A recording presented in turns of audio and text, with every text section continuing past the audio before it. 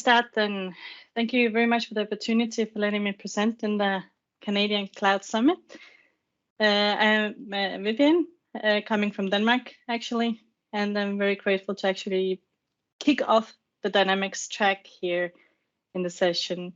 As you all know from the presentations, the first slide is always going to be thanking the sponsors, VM, Secatron, Backspace Technology, Technologia, Creospark, and Cabeza. Thank you. Without you, there would never be an event. It's always good to have companies supporting what the community is doing. Once now that we're done with the sponsors, I would also quickly like to present myself, go over what I do, who I am. My name is Vivian Voss, coming from actually born in Estonia, but living in Denmark as a Dynamics 365 consultant. Been working with the Dynamics, primarily sales and marketing for respectively 7 and 3 years as a technical consultant, but me moving on to becoming a business architect and a solution architect for bigger projects regarding Dynamics 365. I became the Microsoft Business Applications MVP the 1st of February. So this month has already been great for me, and now getting to present here, then what could be better? In my private life, I'm a mother to the marvelous little boy on the right side of the screen. Hopefully, to always look at life as happy as he is at the moment. I'm also an author. I published a book about volunteering in the Olympics, and I'm passionate about volunteering and handicrafts in my spare time. Being a lot around technology and working with technology and computers every day makes it necessary for me to find free time and something else. So I love volunteering for sports events and also at technology events, go figure. And I love getting my hands dirty with handicrafts. So something very different from my regular life.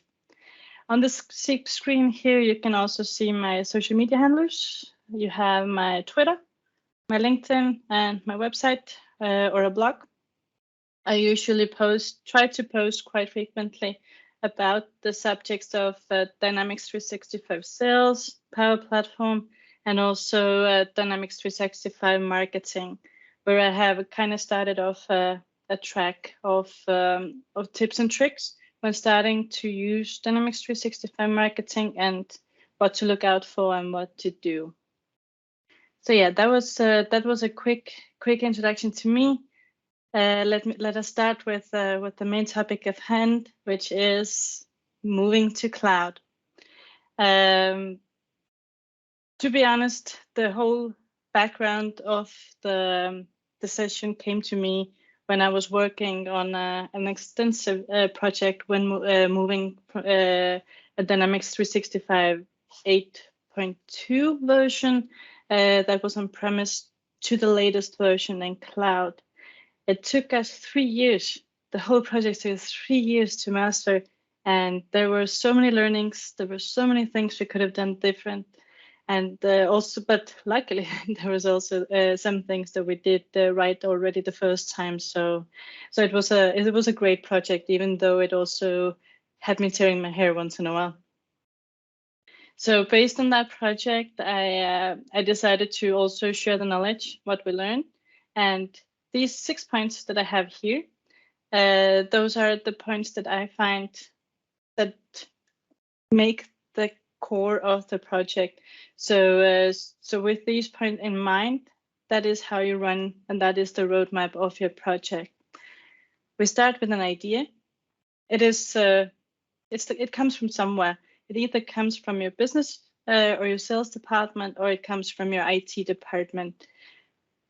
Most often I see that it comes from the IT department because business people, they just want the system to work.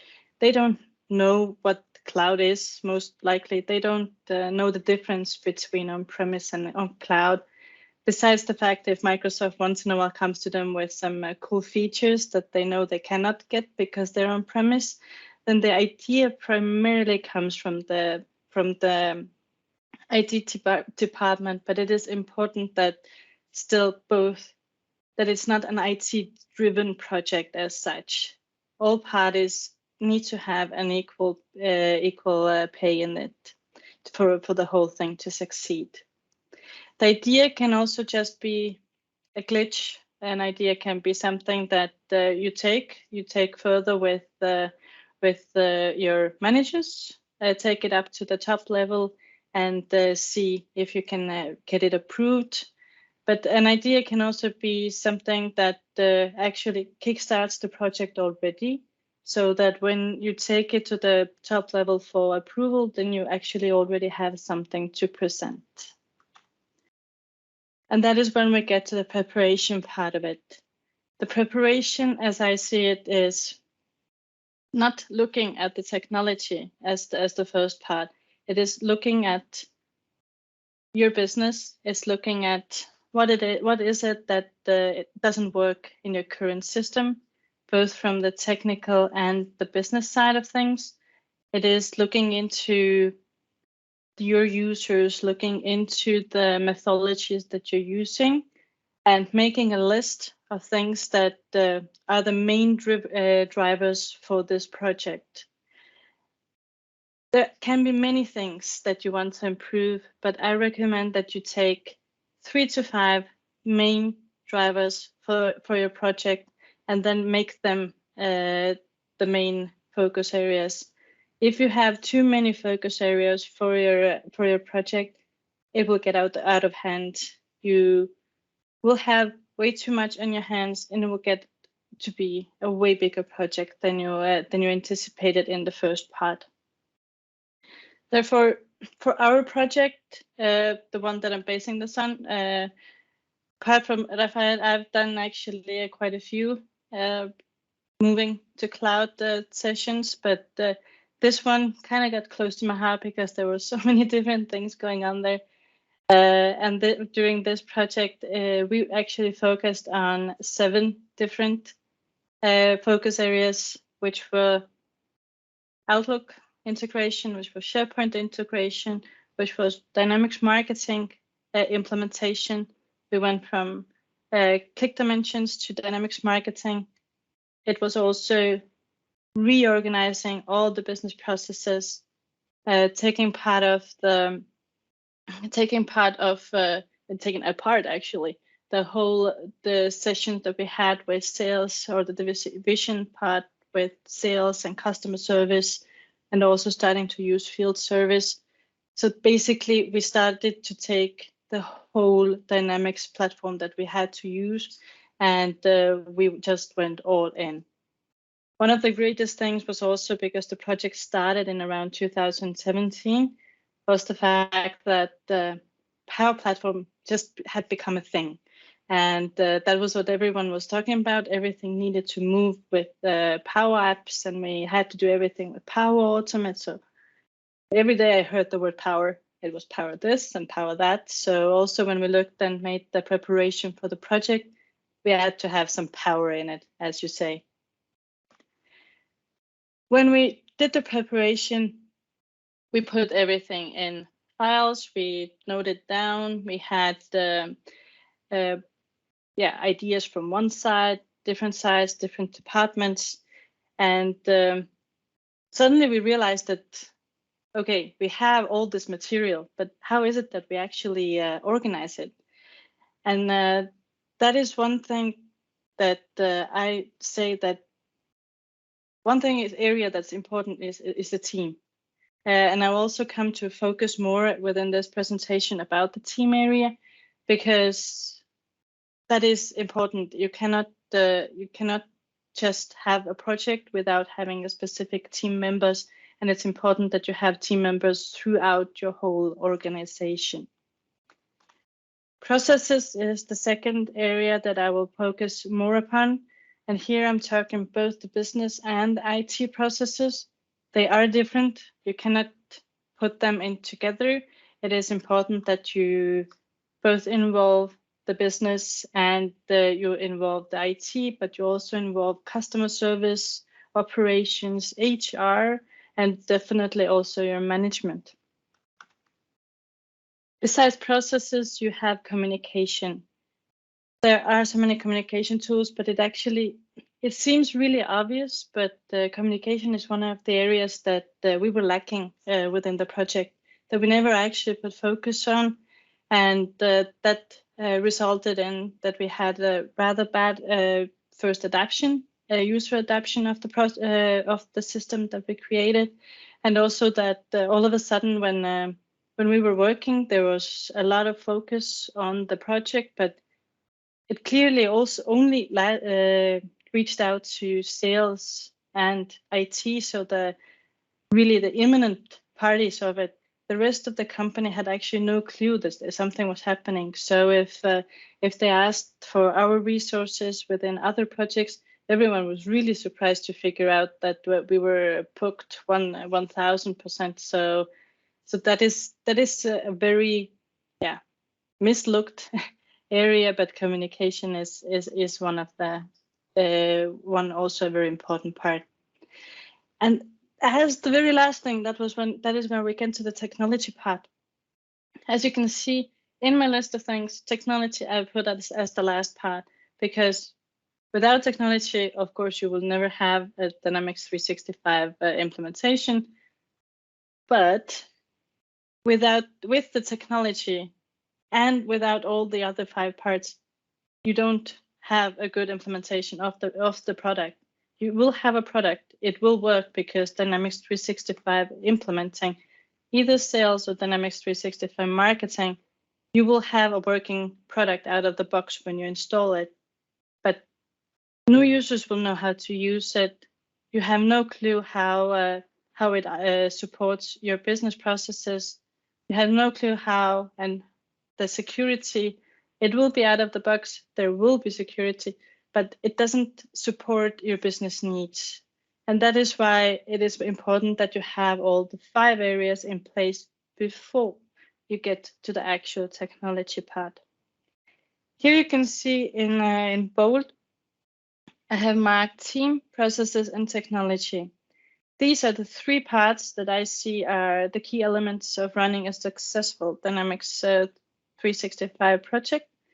And that is also why those are the areas I would like to focus on today. I only have 45 minutes, so I would love to talk more about it, and I cannot continue talking about it. But if you ask for the 3 main areas from me for this project, then it would definitely be team, processes, and technology. So let us start off with the team part. It might sound cheesy, but I love quotes. And that is also why I've added a quote for all the 3 areas that I will want to focus on. And this one I really found really catchy, from Michael Jordan, saying that talent wins games, but teamwork and intelligence wins championships. And it is so true. The project that we started off with, we had a core team of 5 people. They were based on sales and IT. So we had 3 people from IT, and we had 2 people from sales that were the primarily business representatives from the CRM side. And we thought, great, we have it all covered. Everything business related will be done by the business people. Everything IT related will be done by the IT. It wasn't that easy. As the time went on, we figured out that actually the core team grew every step of the way. So in the end, we actually called the core group, which was 20 people. So from 5 people to 20 people, just because along the way we figured out that people are not that good with talking to each other. Inter-department communication, not always a thing you assume. You would like to assume that everything goes nice and smooth, but not always. That is not always the case. That is why also I say no team, no project, and cross-functional core team. We ran a Scrum project, which was Scrum, for those who don't know, is an agile method, working or project management method that works in sprints. So you take small parts and you have deliverables after every 2 or 3 weeks. And then it makes it easy to figure out when you have an issue or when you actually can quickly show people that you have actually delivered something. So the user adoption and the usability is also increasing. But the cross-functional core team, as I mentioned, is not just sales and the IT. Cross-functional is also the small areas within the sales and the marketing processes that you want to implement. So it will also be your operations, it will be your customer service, it will be your pre-sales, it will be your HR, it will be your management team. Everyone that you know that you need to involve needs to be a part of it. Also important part is that you have a team lead or a project manager. You need someone to actually be the one that either knocks the hammer on the table when there's a need to, or takes the final decision. With a large team, the discussions can become endless. We actually, the worst part was that the project lasted 3 years, and actually 2 years of it was just because we discussed processes and we discussed resources, just because we did not have a designated project manager for the whole project. You need someone. It doesn't have to be a title. It doesn't have to be a designated project manager. It is just someone you have to appoint. It can also be a person from the core group. It's just someone you have to appoint that knows that they have the responsibility of actually figuring out what is going on and where we are within the project. And when you have created a team, it is also very important for team building. Of course, important that kind of depends on the teams and responsibility. But having a team that has also, I don't know, had a night out or had pizza together, gone out for a beer, whatever suits for your teams, it helps tremendously. People are more acceptable to longer hours. They are more willing to help each other when they see that things are going wrong. If there is a lack of resources on one end, then people go and they're just willing to go the extra mile when they know that both one thing, they trust the people they're working with, and also that they know that they have a good relationship with them. If people don't know each other, they don't know how to approach each other. There can be cultural differences. There can be, people don't know how people like to work. So it's very important to have some sort of team building event in the start of the project, but also celebrating different milestones during the project. If your project lasts for 2-3 years, it's not enough if you just have the kickoff celebration and then a celebration in the end. But it's important that you keep up the spirits of the team also during the whole project, because it's a roller coaster out there. You will have your wins, you will have really hard times, but the things that keep people up and running is the fact that they have something to look forward to.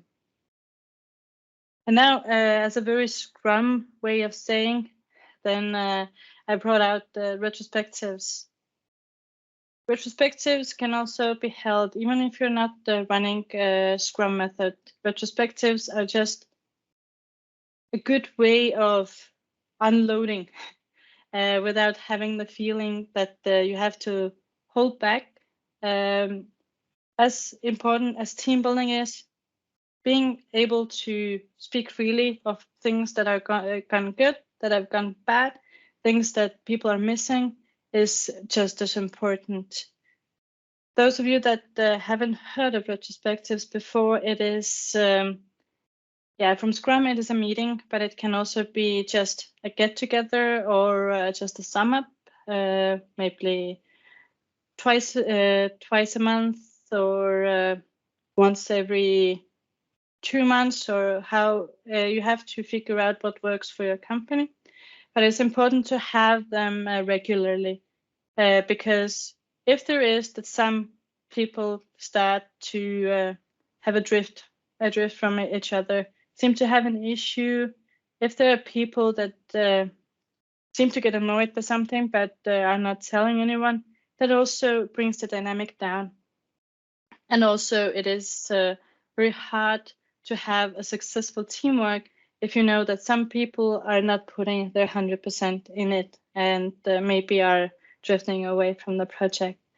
Retrospectives should also definitely not be something that the managers use as a tool to get back to the employees afterwards, saying, "Hey, you were way too open there," or "Hey, this is not the way you should talk about the management team."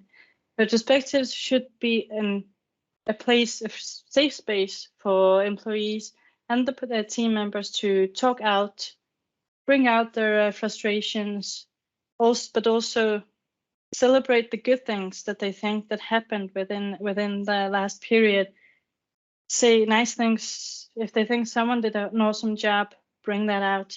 If they think someone was liking something, also bring that out. So everything is on the table, and then in the end, you figure out what are the few steps that you can do to improve the things that were lacking this part, so you can always continuously improve the teamwork. When people see that things are getting done and things that someone is listening, they are once again more willing to put more effort into it. So team, once it starts lacking, there will be no project for you. So having a successful team is the core point of your project. So the next part we'll be talking about are the processes. And here we'll be talking about both the business and then also the IT processes, how to tackle them, and what to consider. And once again, we start off with a quote. If you can't describe what you're doing as a process, you don't know what you're doing. Once again, reason I've chose it, because it hits the nail on the head. Processes are great. You think people know what you're talking about, but it's not always the case. And also you think, oh, this process is nothing. It's so easy, go from one point to another. But once you start drawing it down, once you start actually picturing the process, and if the drawing that you're making starts to look more and more gibberish than actually something that would make sense, or once you're done and you look at it yourself and you see, yeah, I have no clue what's going on in here, it is not a great process. Also, you cannot expect to hand something over to people who doesn't know your company if even you, the person who is working maybe every day or at least frequently within those processes, do not have the ability to clearly communicate it out to other people. And that is why I came out with a process type itself that lovingly called IGMA, which is identify, gather, map, and analyze. It wasn't me who came up with those 4 quadrants, but it is a great way of putting it into the project, is to divide it into 4.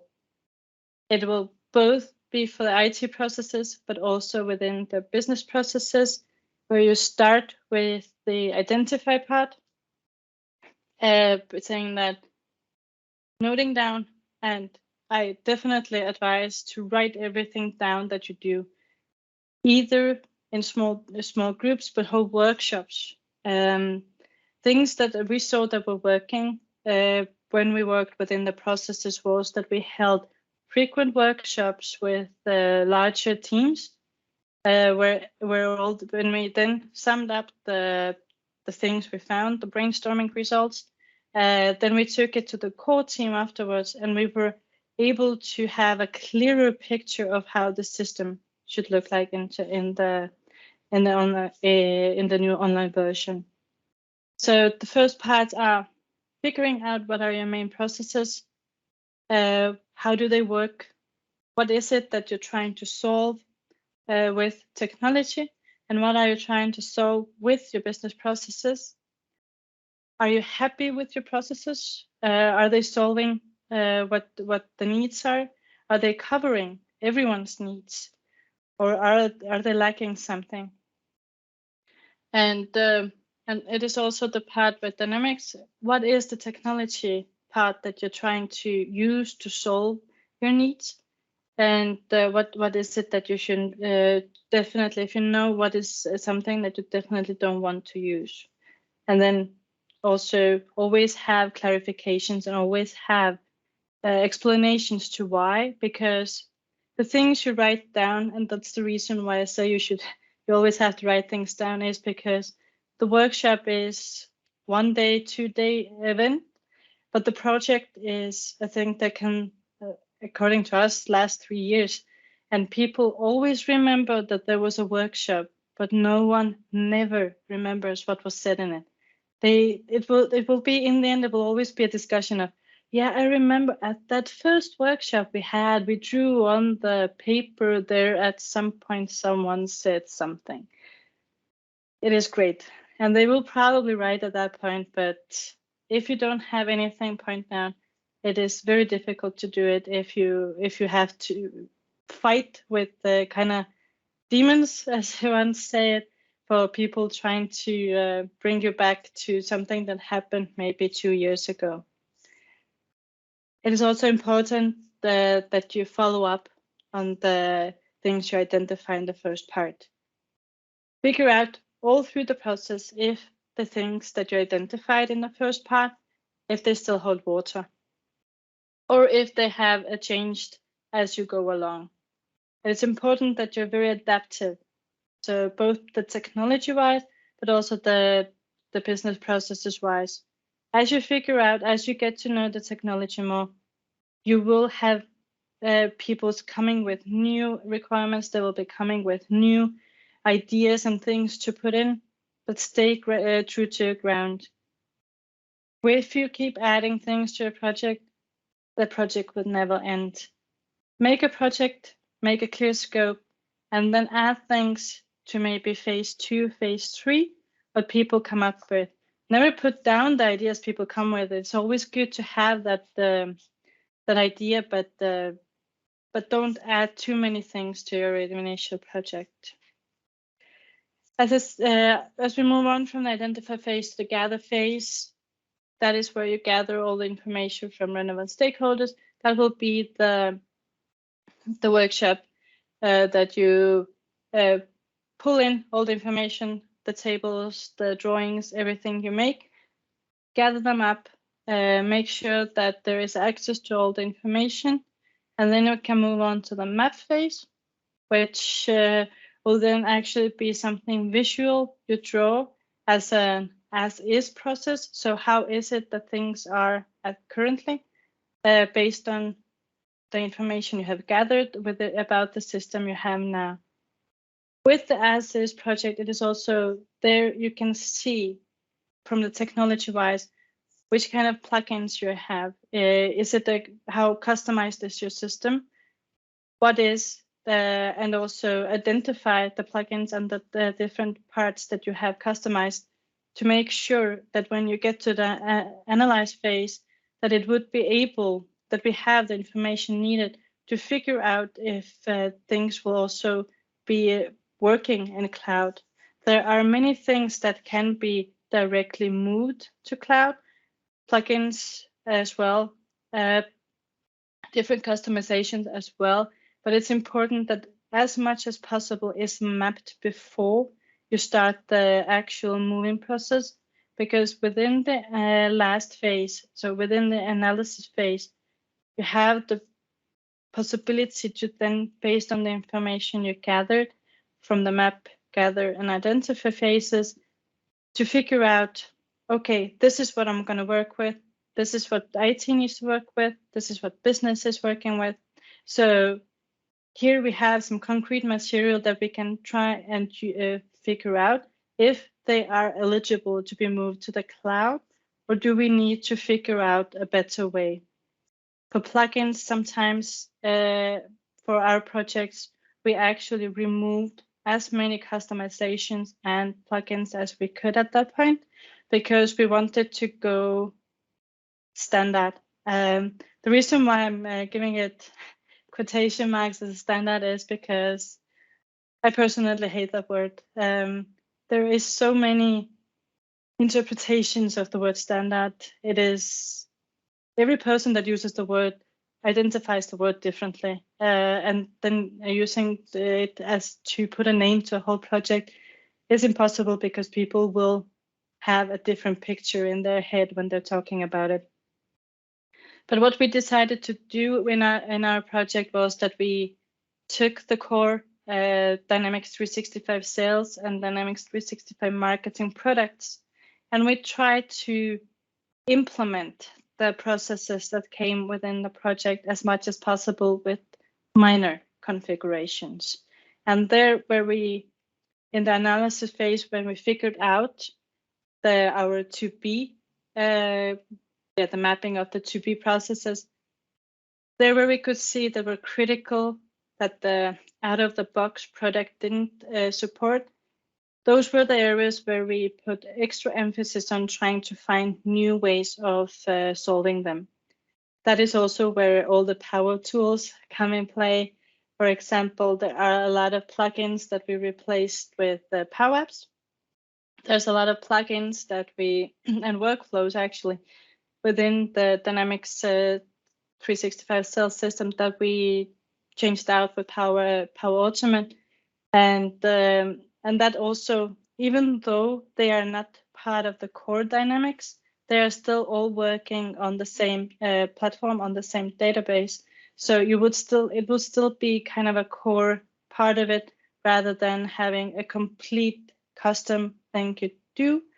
That you know that if you have a partner coding it for you, then you know that you're always in some way stuck with them. So these 4 quadrants is something that is the core of your processes part of the project.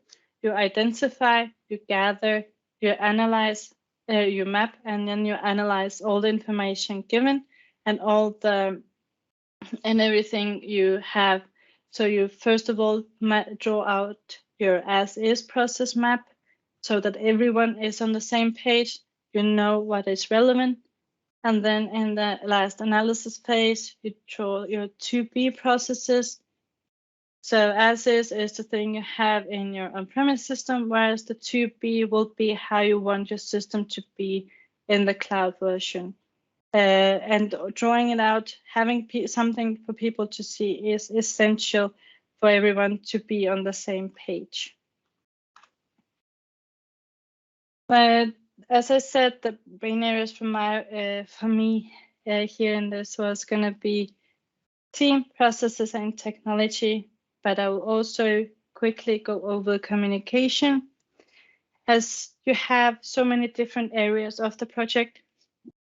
Communication is a supporting tool.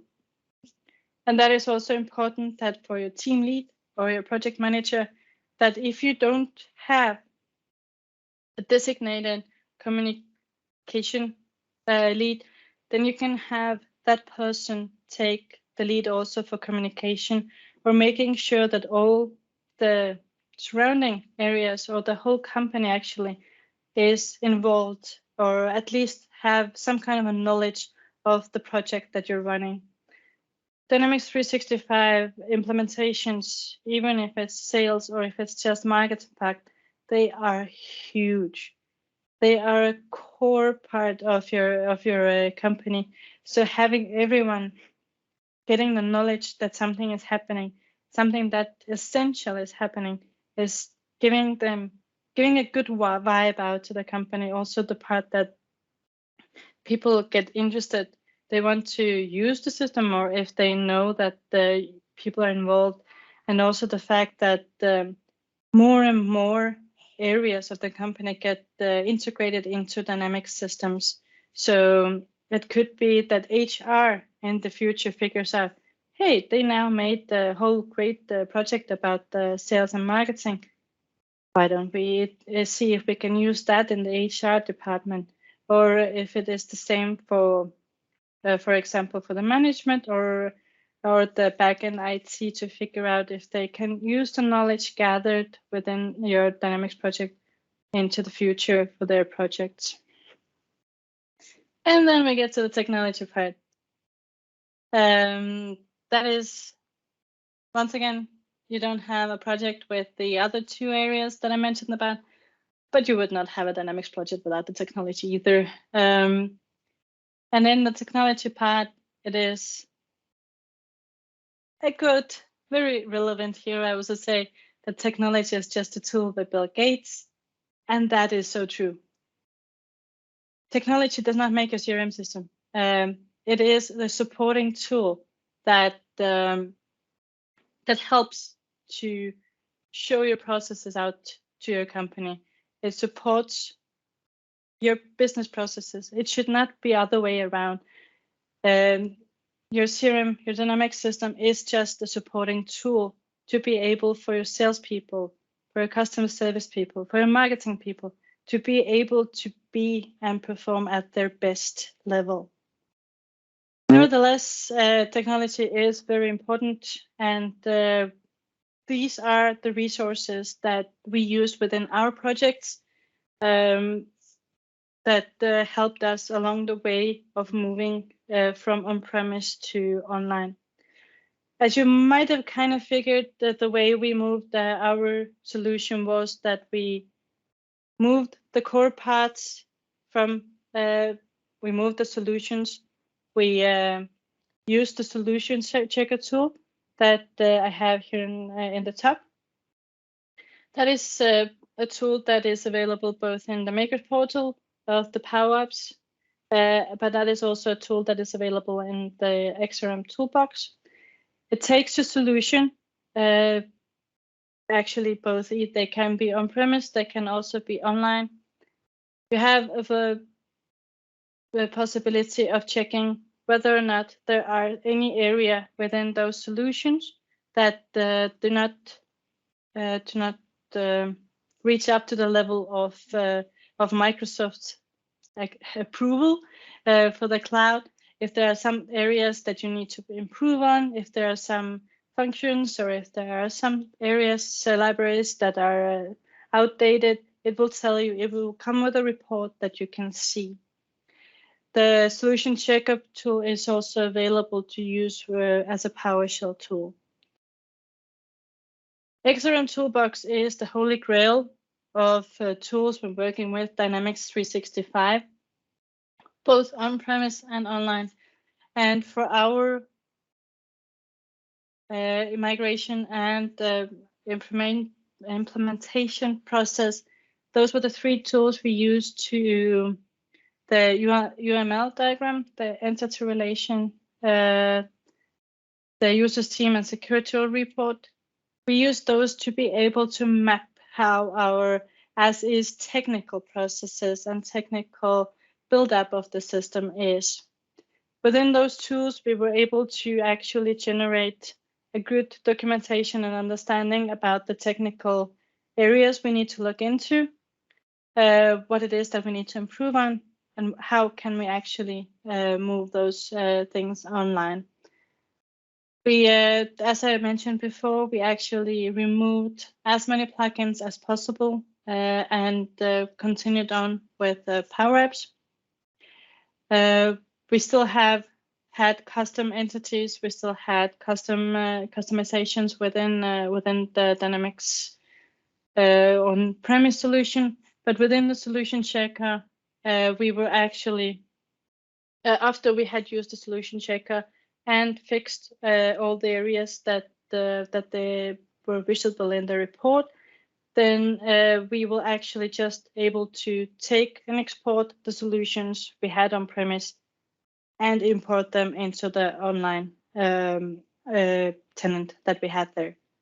So I'm not saying it went smooth and easy. There were many sleepless nights there, but it was literally how we in the end did it.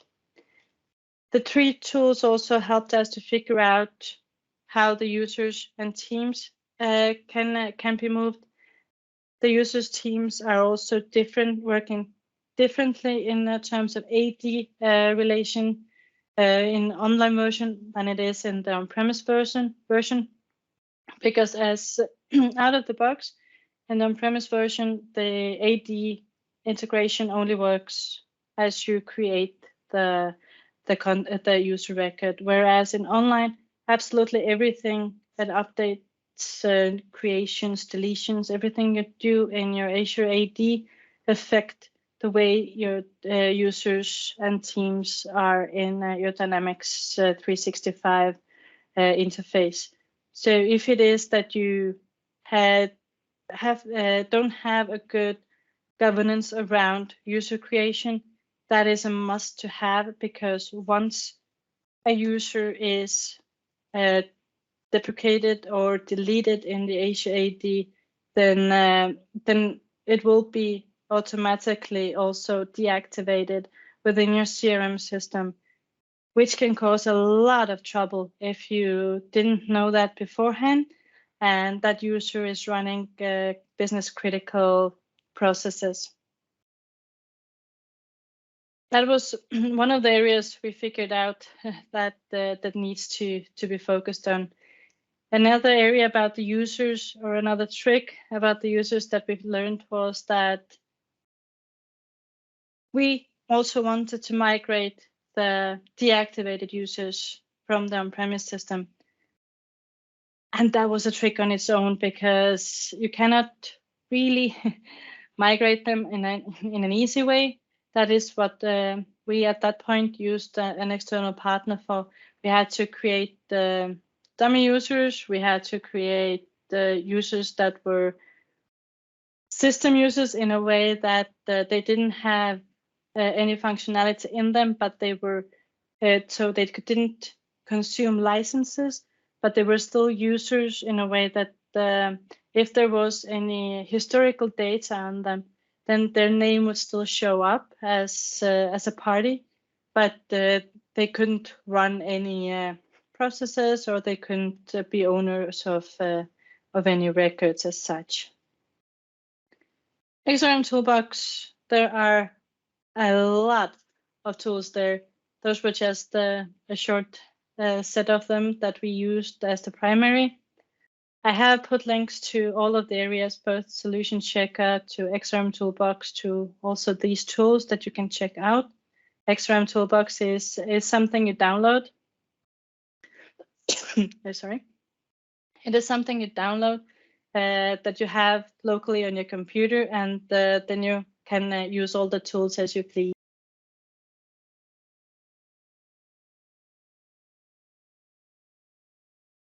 It gets hard to talk 40 minutes in a row.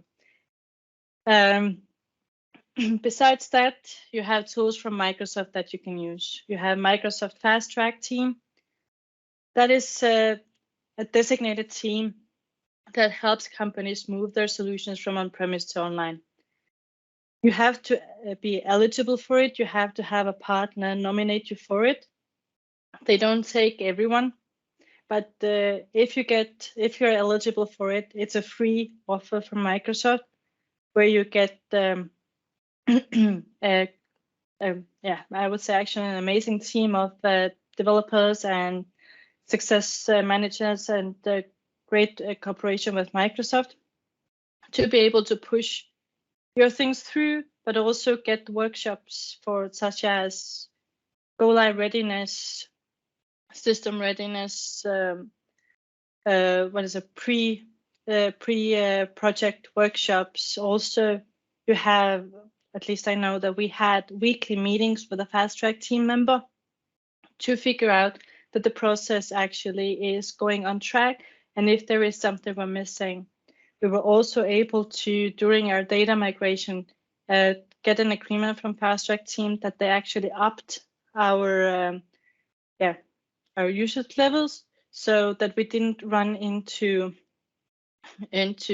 slowness or timeouts from the system because we were using that many resources. Besides that, there's always Microsoft documentation. It gets updated all the time, and absolutely every function that you have a question on the Dynamics products, you will find some kind of documentation on it. And if it isn't there, then there's a huge community that is willing to either answer your questions or already has blogged about it. And then for the migration part, we used Microsoft Azure. There are different tools. We use both Azure, but we also used the Kingsway Soft tool to migrate the data. So Azure is, Microsoft Azure, that is a new thing.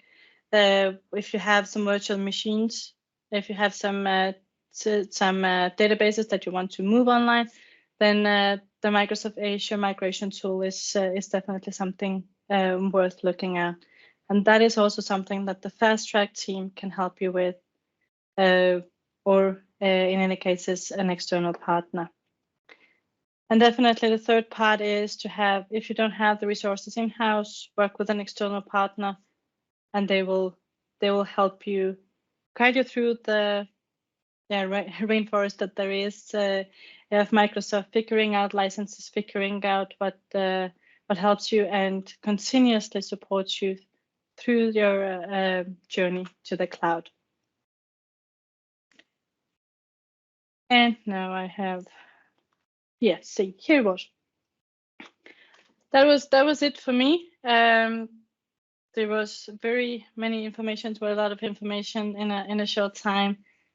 As Raphael also mentioned, there is a possibility of winning a $50 Amazon gift card by giving your feedback through this QR code. It will ask for your session ID, which you can see in the top here that I've pasted. So feel free to use that. I would once again thank the sponsors and the Q&A. Shoot if you have any questions. If you don't, feel free to reach out to me. I just want to say thank you very much for listening.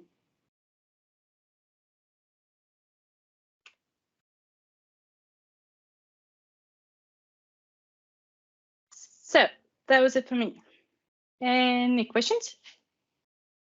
Feel free to shout. Feel free to hold up your hand. You have a question in the chat, Vivian. Mohamed asked, did you use the LCS and the OP migration Microsoft program in that case? No, we did not at that point. That was those were not offered to us by the partner. So sorry. It's okay. Another question, did you follow any maturity model in this approach? What do you mean by maturity model?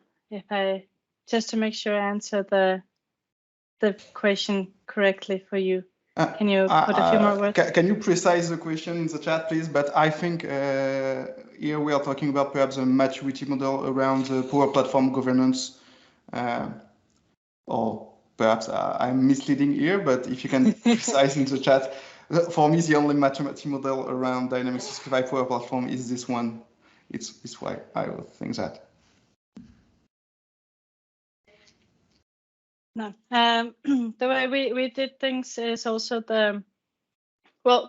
we had an ALM process as part, and also it was also something we actually used Microsoft Fast Track, and we also were appointed a Microsoft Success Manager that helped us through actually figuring out how it is that we could, which kind of a model we should follow, and how it is that we get actually going within a Power Platform and through the resources that we have also in the admin center and such.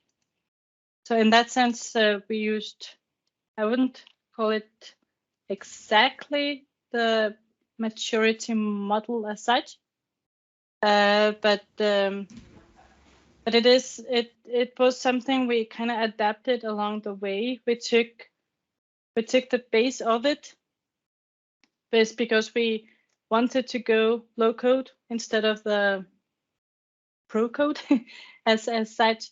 So we took the tools and the possibilities giving from the maturity model, and we adapted to how the parts that fitted to our company.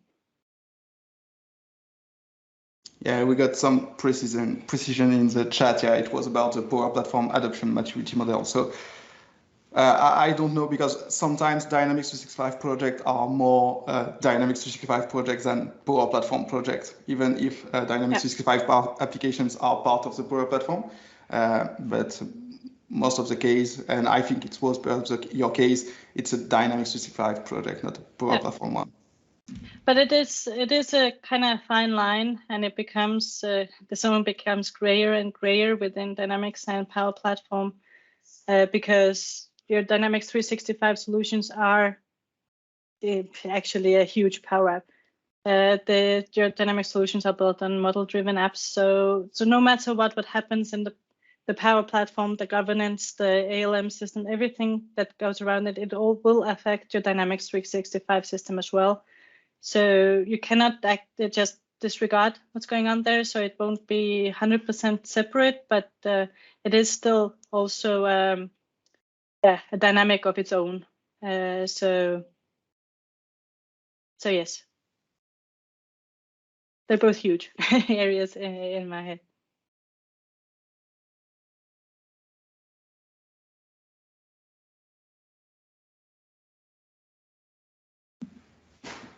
Okay, sorry, I have a little situation at home. It's why I'm a little bit distant at some point, but yeah, I'm back. We don't have more questions, so I think that's it for your session. Thank you very much, Vivian, for sharing your knowledge and your experience around this interesting topic. And thank you very much for listening. I will also have the slides sent over to you, Rafael. So whenever or whoever might want them, they will also be available to you. So feel free to reach out with me if you have more questions, either regarding Dynamics 365 or then sales or marketing, and also just to not just maybe integration to the online, but in other areas. I love to talk about Dynamics, so hopefully could catch up with you guys later. Great. So thank you again. And for the participants, see you in almost 10 minutes for the next session. Thank you very much.